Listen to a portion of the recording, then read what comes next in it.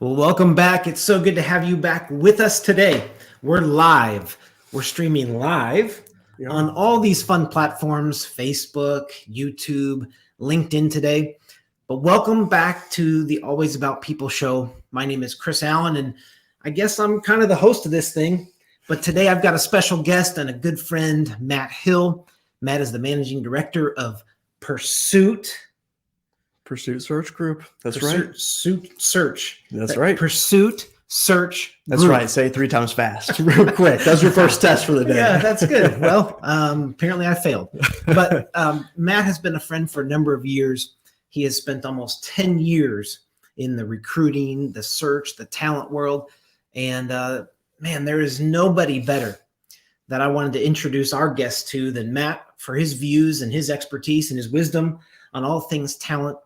Specifically, as we talk about this current environment, everybody's talking about the Great Resignation. Oh yeah, all the changes going on in the marketplace. And for those of you who've been watching these episodes, you know that one of my passions is connecting data with what's really going on with people. And obviously, this show is the Always About People show. So we want to talk about things related to people, how the workplace is affecting people, how leadership is affecting people, how we can attract them, how we can gain their attention, but not just for a short period of time, but also to retain them, to make sure that we're making people better along the way. And I know that that is Matt's passion. We've had the opportunity to work together in the past, and now kind of off doing our own separate things. I wanted to bring him back for a conversation around how do we gain candidates' attention? How do we attract candidates in this environment? The goal for our conversation today is that we talk about things practical, that we give you some practical insights on how you can attract, retain, you can gain the attention of candidates in this marketplace because it is difficult. Matt, welcome to the show. Glad to be here. It's so fun. It's so fun to have you in the little studio today. I love it. We are coming live to you from Matthews, North Carolina. It's just south of Charlotte, and it's an honor to have you in the studio today. Thanks for joining me. Man, I'm happy to be here. I was excited to get the invite, Chris. Man, just extremely excited for you and just launching this thing, doing what you love. I mean, for years, man, we got connected years and years ago, and immediately from the get-go, just saw your passion for people, your energy and enthusiasm and excitement for connecting good people with good people. And man, it's the reason that, you and Wendy were the prime drivers in me joining you at Movement then and taking on a great mission there. So man, and now we're here in the studio talking all things talent. Let's do it. Let's do it. So I think what would be helpful to guests is maybe you take a few moments to just share a little bit about Pursuit Search Group and what you're working on so that we can set the stage for why you're such an expert on this topic. Yeah. So expert, there's a lot of people that are very good at this. Maybe I would, and I'll share some names and everything like that and as much information as I can.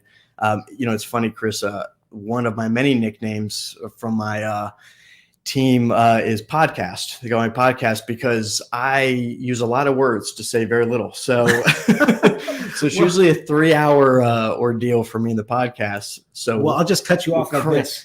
Perfect. We'll just cram it all in 30 minutes and everything here. But with Pursuit Search Group, it was really a passion project. I joined with a dear friend of mine, Rick Ferretti. Met him right before I joined you at Movement. He had years and years of experience in agency recruiting, was very good at it. He was the partner at the firm before I joined Movement. Man, we're just aligned. Obviously, he was good at the talent piece and good at his job, but he just shared a passion for people, did things the right way.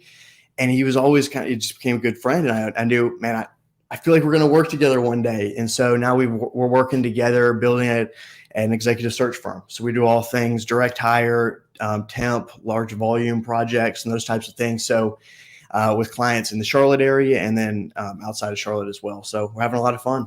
Yeah. So I know that obviously we met with our tie into the mortgage world, got to work there. The real estate mortgage world has gone crazy over the past couple of years. So I'm assuming that you have a pretty good practice there. What industries do you serve through Pursuit? Yeah, great question. So mortgage obviously is one. Just brought on Michelle Molina, who's tremendous in the mortgage space as well, and several other recruiters that specialize in different industries, manufacturing, do a ton of work in HR, accounting, finance, marketing. And so kind of across the board, we have a lot of recruiters that are very good kind of as generalists, very good at specialized search outside of really heavy tech. We don't really do that very well, but other than that, but if you come to me with anything, we don't do it well, I'm happy to pass you along with somebody that does do that very well, and they'll take care of you. Okay. So the reason that we wanted to give kind of a foundation for Pursuit is so that you would understand that he can speak across numerous industries. I know that some of the data out there is saying, hey, it's the great resignation, but there are certain industries that have gotten hit a little bit harder than others. But for today's conversation, we want to sort of keep this industry agnostic. And let's just talk talent. Let's talk about people. Great. But, I meet with leaders and company leaders and executive teams all day, and everybody's saying, gosh, it's so difficult to find talent. You see social media posts from people in grocery stores saying, where's all the help? Or restaurants with signs on the doors saying, we're short-staffed. We have some issues in the workplace today. Maybe what are you seeing across different industries, and what are you hearing from some of your clients? Yeah, so it is fascinating. Certain industries have gotten smoked. Retail, all things, service, hospitality, and there's several reasons for that. One, they're just tough industries. They're very roll up your sleeves, hard work, and I think a lot of companies and leaders, if they've been smart, have targeted those industries because there are some tremendously talented, hardworking people that you find that are wired a certain way that crush it in any industry.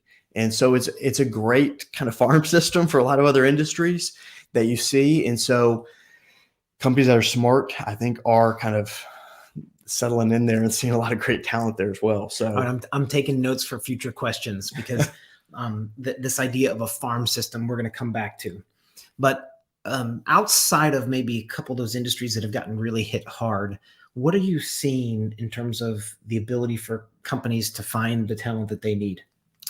So it's an attention economy. As you said, attention is huge, right? So everything around us, we've been talking about social media and everything. We are bombarded by messaging from everybody, right? And so you go and scroll for 30 seconds, you will see so much. Most of it's white noise because you can't retain it all, right? And so every company is trying to put themselves out there of who they are and that kind of thing. So the biggest thing, it's interesting. We talk about data and statistics, and obviously some of this is COVID dependent.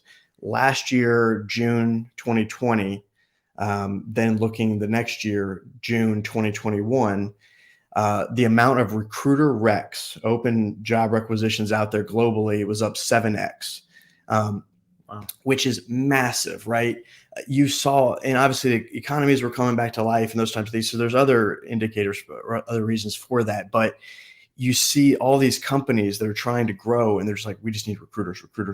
They're all posting, and there's only a certain amount of recruiters out there. There's only so many. So with that, it seems like everybody's trying to solve the problems the exact same way. And so whether having, recruiters come in, many of them are coming from the HR space that may not be wired for outbound calls, communicating with recruits. So there's a lot of different factors here. So everyone's trying to solve the same thing. They're trying to get their attention. And there's a couple ways that I see companies doing it better than others that we can certainly kind of go in on. All right. So the topic of our conversation today is how to attract candidates' attention. And I get this sense that you're about to tell us some disruptive technique, but we said from the beginning that we wanted to make this practical. So what I would love to know is, in this white noise that you described, this tons of opportunities in front of people, all kinds of requisitions that are hitting people's inboxes and on job boards and everything else, how do you gain somebody's attraction or somebody's eyeballs on a job opportunity? And what are you seeing out there that's working? So two things. So we can talk about the actual technical approach and some practical strategies around, if I'm going to reach out into a candidate's, world and gain their attention, how do we do that, as well as I'm a really, really huge fan of kind of weaponizing to an extent your employees, your current employees. And I love how you shared the attraction and retention. I think that's perfectly said. You're looking to attract them, right? They want to be attracted to something that you're putting out there in your brand. And then you're retaining with that. Your happiest employees are your best recruiters, whether they're wearing a recruiter hat or not, right? When we worked together at Movement, it was 1,300 employees, and most of that had been organic growth, right? The employees recruited other people that they wanted to work with.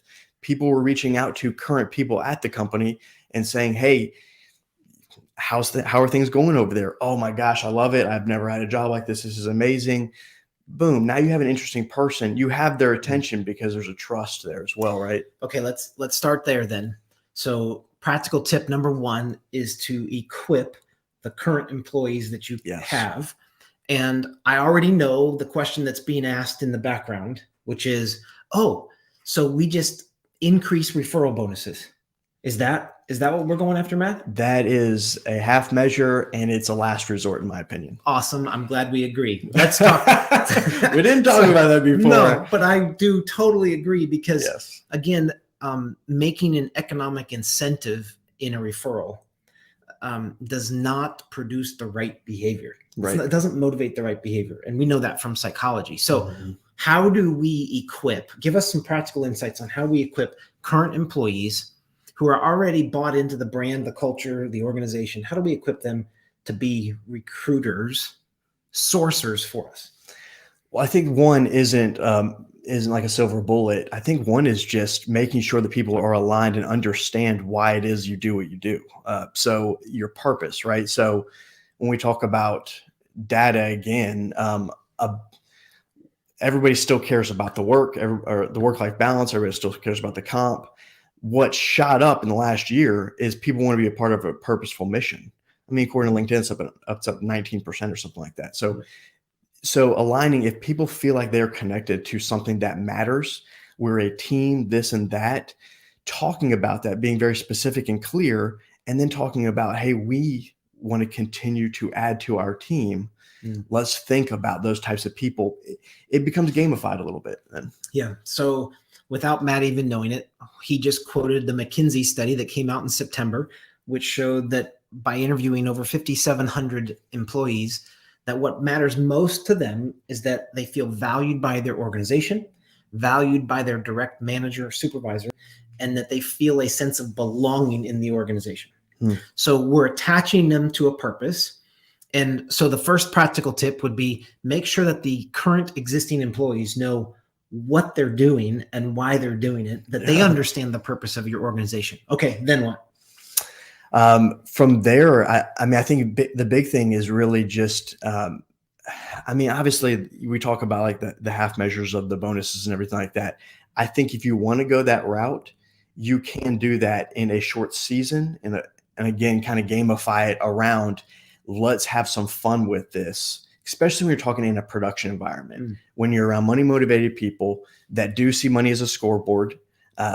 You can put that out there as long as it's not, hey, we are trying to get you to do this. Let me pay you to do this. We're doing this for a reason of we want to grow this thing. We want to be better and those kind of things. So articulate in that way. Okay. So the tip number 2 would be you can use referral bonuses, but use them in a short window of time and make sure that you communicate the right stuff around it, that we're not just motivating people by dollar signs. The other point that I forgot to summarize that was really, really important is helping people understand that they can be a part of actually building their team. So it's one thing to feel like you're a part of something, that you belong to something. It's another thing to actually have a part in building the team that you get to compete with. Yeah. So baseball player, soccer player, it still applies. It's like, if you had the opportunity to build the team that you get to play on, that's a pretty sweet deal. So it's helping people understand why they're doing what they're doing, helping them understand that they get to be a part of building their team. And then you can incentivize or gamify the approach, but do it in maybe a defined period of time or a short window. Agreed. Okay. Yeah. Any absolutely. other thoughts? No, I mean, I think it all kind of loops around to the whole retention and attraction thing. So, I mean, Donald Miller says this well, and in his how he talks about story branding, where we all want to be taken somewhere, right? Mm-hmm. And so that's why movies that have a very clear and defined storyline we connect with, right? A hero and everything like that finds the guide and avoids disaster, finds success, right? And so, Yeah, as an that's employer, a good you're story. trying to take that, right? Yeah. It's like, all right, I'm in. Oh, you just missed the disaster, and now your success. And that's what a company is trying to tell people is, hey, like, avoid disaster without work-life balance, with poor comp and all these no purpose and those kind of things, and find that here with us. Yeah. And you're communicating that through your happiest employees that are finding it actively, that are walking and talking testimonies. That's great.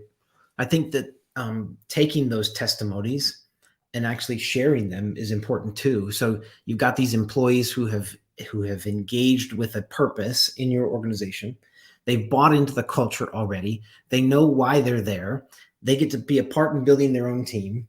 You can incentivize them, but they get to tell the story too. Right. Absolutely. So I think part of it is equipping them with the story as well, helping them communicate that story. Absolutely. I mean, so the next part is, obviously, if you want to get practical, then with, all right, building your internal team, recruiters, and those types of things. Once you have like the philosophical kind of ethos of, we are a recruiting company. We are a company that all recruits. We're all in this together. We are all leaders of our particular function and niche and how we add value to this company. When we're all marching in that, now you can go and have conversations with people externally, and everyone's telling the same story. That candidate will feel it. You'll be a far more effective recruiting company that way. And then now you can add recruiters, and those recruiters are reaching into people's, LinkedIn inbox and emails and calls, telling that story. And a big thing for me, I see a lot of companies right now, it's trending up to where they're bringing in HR people from HR backgrounds and bringing them into recruiting, more so than sales type people. You can have both. I'm a huge fan of having recruiters with a sales skill set. I think with demands of jobs and all these different things that are happening right now, the quick move that I think companies are making right now is, we need recruiters to hit the ground running immediately, because we have all these job recs and we're underwater. So let's bring in somebody from HR that understands some of the administrative pieces of that process, and it'll be a little bit more plug and play, a little less work on the front end of getting them up and running. But I think the ceiling is a little lower with somebody that may be a little bit more back end, a little less, I want to go call people, I want to go interrupt their day, I want to introduce them to our company and story. A salesperson without a recruiting background is going to need a little bit more training on the front end. That's good. But man, the ceiling is higher. They're going to enjoy telling stories. They're going to invite candidates into that story. They're going to be good at it. And you just got to have a little training at the beginning, right? Okay. Technical tip. Recruiters with more of a sales background than specifically an HR technical background. Now, that's not to say that HR technical people aren't necessary in other roles, but this sourcing and recruiting role has become one of storytelling, selling. Maybe it's getting over objections.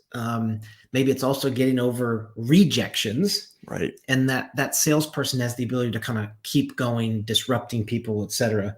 Right. So that's technical tip number one. Technical tip number two would be, how do you equip these people with maybe the platforms or the technical ability to go and find these candidates? Right. What would you say about that? What's necessary in this environment to go find people? So there's two different kind of lanes in recruiting. One is corporate and the other is agency. I've been in both, right? I started in agency, obviously corporate with you, and now back in agency. Corporate, one company, you're wearing the company jersey. That's who you represent. You're talking to a candidate, you're talking to that company. Agency, you're representing many companies. So you're talking to a candidate, you may have multiple fits and ideas for them, those kind of things. Agency is very fast paced. Typically, you can make good money and those types of things. You're compensated pretty aggressively on commissions with candidates and those types of things, versus corporate tends to be a little bit higher on the base, stability and comp, and less incentive pay on the back end, right? So if you fill X amount of jobs, there's typically less incentive structure on that. So typically lower ceiling, higher floor on that. If you were looking to build a talent team internally, maybe you're starting from scratch or you're wanting to add some good talent, oftentimes if you're corporate, I recommend going the agency route and trying to steal somebody from agency that may be experiencing a little burnout from the hustle and those types of things, but has that skill set and that motor of they've just been running so fast. They understand the volume play. They understand urgency. They don't mind picking the phone up after 5, those types of things. That's who you want in the trenches when you're talking about building your company. Yeah. Is not somebody that's necessarily administratively geared to where they're just going to do just what's required. They're just a hustler, right? Yeah. That grit you talk about and those types of things. Scrappy. That's right. They've got the scrappy factor. Okay. So if you're trying to build a recruiting team internally, the recommendation from an agency guy is steal an agency person who may be burning out. Just not from Pursuit. Just not from Pursuit. But I think the other thing is that individual would then have the ability and the know-how of what platforms they need, what they need to go after, and what they need to be successful. But I still think this all comes back down to how do you equip people with the story to be told? Because whether you've got internal corporate recruiters, an agency recruiter, the technical ability, or you're equipping some internal employees, this all goes back to like, what's the story? Mm-hmm. Because again, we've been talking about how to attract candidates' attention. And you have to have a story. How are you going to draw people in? I'd like to know from your perspective, Matt, and no names, but have you seen anybody doing it really well? And maybe what are some great case studies on, hey, here's a great way of actually attracting attention. Here's a great way of equipping people with a story. Here's a great way to tell the story. Anything that you would share? So I think testimonies. One thing that I know is that the way people leave your organization is a huge factor, right? Because basically you are launching brand ambassadors, either good or bad, into the marketplace. And companies that really celebrate and do a good job of launching those people out, you're bummed that you lost a great person. You're sad to see him go, but at the same time, you can celebrate the success they're walking into, how you've equipped them and that kind of thing. Not just doing it just on the surface level and everything like that, just to save face, but really celebrate that. Maybe even you have like summits down the road and things like that. You invite your past employees back and those types of things. You are building kind of a brand ambassadors for your brand, and they're not even working for you anymore. So there's things like that I do see some companies that do well. Their network continues to grow, whether it's under their roof or not. So I know they do that well. And then can I cut you off? Please. Because I think without even knowing it, you made a really, really important point. So when you think about colleges who send off graduates into the workplace, those colleges or universities where those graduates are talking repeatedly about where they went to school are the ones who are actually attracting new college students or, graduate students. And so the same idea applies to the workplace, that as you are graduating somebody from your workplace, as you are exiting them, as you are graciously saying goodbye, you are sending them out into the workplace with a story to be told. Mm-hmm. Are they going to talk well of you or poorly of you because they actually become a part of attracting candidates to your organization going forward?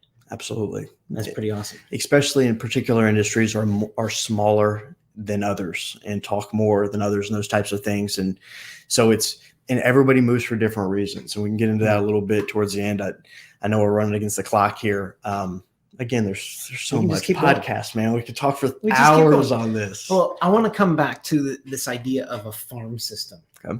Because I really like the idea of taking individuals with a great skill set. We talked earlier about the service industry. They come with this customer service mentality that can then be molded into what's next. Give us some insight on what you're seeing in great farm systems. Yeah. So I love that you asked this. I'm really wanted to touch on this. So Kelly Fisher over at Avid Exchange, I'm happy to share her name. She actually reached out to me after a video I did on LinkedIn, and she was like, "Hey, I just liked your video," because I was talking about just how certain organizations do a good job of utilizing people in different ways. They move them around the company. They maybe have 4 jobs in 2 years. Yeah. And it's because they have a unique Swiss Army knife like ability to learn quickly. And they like new things, and they're incredibly valuable to an organization. That's somebody that you lose if you don't move around. It's a rare person. More and more, there is an audience out there, and there is a candidate pool that, if leveraged properly and you have a plan for them, can be enormously valuable to your organization. And it's actually a term I've been hearing a lot. You hear IQ and EQ a lot. AQ is now a thing. Where it's AQ, adaptability and agility are those things as well, where you're actually seeing large companies now start to build assessments out to gauge and figure out how adaptable these candidates are, how quickly they learn, adapt, those types of things, because the world's changing so quickly around us. Okay, so I have a technical question. Sometimes I sit here and I think, okay, what would a viewer ask then? When we see these job descriptions out in the marketplace or these job postings, they have all of these job requirements and then qualifications and what's needed. And by the time you're done reading it, you're like, who would ever qualify for this thing? So right. Do those job descriptions and requisitions and job postings, do they become a detriment to attracting these Swiss Army knife-like people, these utility players? Yeah, it's a good question. Job descriptions are behind where a lot of people have gone with it. I think you see a lot more organic postings, a lot more video, those types of things, where everybody's so eager to show personality around a posting, and some are doing it better than others. I think it's incredibly important some of my favorite questions to ask, Chris, and you're really good at this as well, is, and HR people are not going to like me for this, I like to get to know the person as quickly as possible. I like to ask questions around like, hey, what are you learning right now? What's, have you read anything lately? What's really grabbed your attention that you've learned, that you've really enjoyed, that kind of thing? Typically somebody that's just a learner by nature, that likes acquiring new information, learning, being updated, and those kind of things, they're going to have something real quick. And it could be totally random. Yep. And I'm so drawn to people like that. If they're learners, and maybe ask like, hey, what was the toughest thing to get up to speed in your last position? How did you overcome that? Who helped you with that? Those types of things. You're asking people to reach into their experience, and you're stepping into, how do you learn? What is the environment you're learning? How eager are you? What sparks your interest in those things? So I'm smiling here because what went through my head was, I want to see somebody post a job that says, looking for people who don't qualify. That would certainly get my attention. Yeah. Like how to gain the attention of a candidate. Hey, we're looking for people who don't qualify. Yep. And then underneath that specify, we're looking for adaptability. We're looking for people who can adapt, who can do multiple things, who are maybe have the leadership characteristics that we're looking for, or maybe somebody who aligns with your values and your culture, but maybe just doesn't have that specific technical skill set. But I guess I would say, like, I think that can be taught.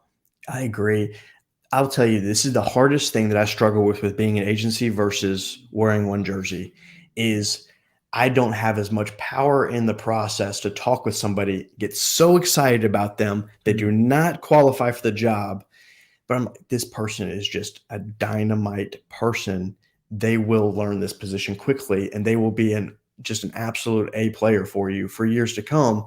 Yeah. But on a resume, it doesn't fit, right? And so you need somebody internally. And that's why it's so important, Chris, that I love what's happening with talent leadership being elevated in organizations now, and some in the C-suite, even those kind of things, to be able to have that insight and that seat at the table with the C-suite and executive leadership to say, here's how we can think differently about acquiring talent, bringing people that don't hit X, Y, Z, and so, yeah. Well, I think the reality is when most of us look back over our careers, we didn't go to college or university and get educated in what we're doing today. Right. It's been this process and this journey throughout our life and our career where people have taken a risk on us. They've taught us, we've had mentors, we've gone through leadership development programs, and you eventually get to a place where you have this skill set. But I think what's funny is we can so quickly forget how we got to where we are. So it's not like you went to school and came out a recruiter. So true. Like nobody went to class and got credits for recruiting. Right. But you learn that skill.